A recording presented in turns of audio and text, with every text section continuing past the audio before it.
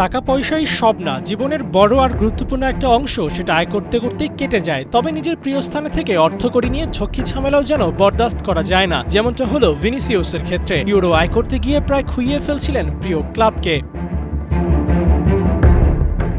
তবে এবার ভিনিসিয়াস জুনিয়রের ইচ্ছাকে প্রাধান্য দিচ্ছে রিয়াল মাদ্রিদ। বেতন ভাতা সংক্রান্ত ঝামেলারও অবসান ঘটতে যাচ্ছে শীঘ্রই। এমবাপের সমান বেতনই দেওয়া হতে পারে ভিনিকে। ব্রাজিলিয়ান এই তারকাকে হাতছাড়া করার মতো রিস্ক নিচ্ছে না রিয়াল মাদ্রিদ। দরকার পড়লে তার দেয়া সব দাবি মেনে নেওয়া হবে। অবশ্য ভিনিসিয়াসকে শুরুতে কনভিন্স করা যাচ্ছিল না নতুন চুক্তির ব্যাপারে। এজেন্টের মাধ্যমে কথা বলে সুবিধা করতে পারছিল না মাদ্রিদ। ক্লাবটির সভাপতি তাই সরাসরি কথা বলেন। দুই পক্ষের আলোচনার মাঝে দেয়াল না রাখার ফলটা হাতে নাতেই পাওয়া গিয়েছিল। মাদ্রিদ ও ভিনির মধ্যে সমঝোতা হয়েছে এই আলোচনার পরে।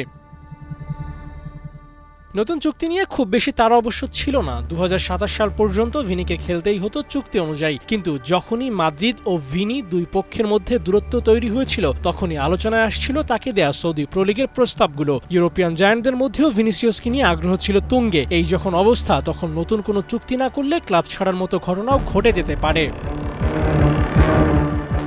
ভিনির চাহিদা ছিল বেতন বাড়াতে হবে। ক্লাবের সবচেয়ে বেশি বেতন চাইছেন ভিনি, এমন খবরও চাওর হয়েছিল।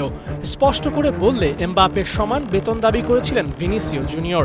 ইউরোপিয়ান গণমাধ্যমগুলোর দাবি অনুযায়ী ভিনির সে চাওয়া মেনে নিয়ে 2030 সাল পর্যন্ত চুক্তির মেয়াদ বাড়াতে চায় রিয়াল মাদ্রিদ। ভিনিসিয়াসও চাইছেন এই ক্লাবের থেকেই ক্যারিয়ারের শেষটা দেখবেন। শেষ পর্যন্ত দুই পক্ষের মধ্যে সমঝোতাপূর্ণ এক ডিল হতে যাচ্ছে শীঘ্রই।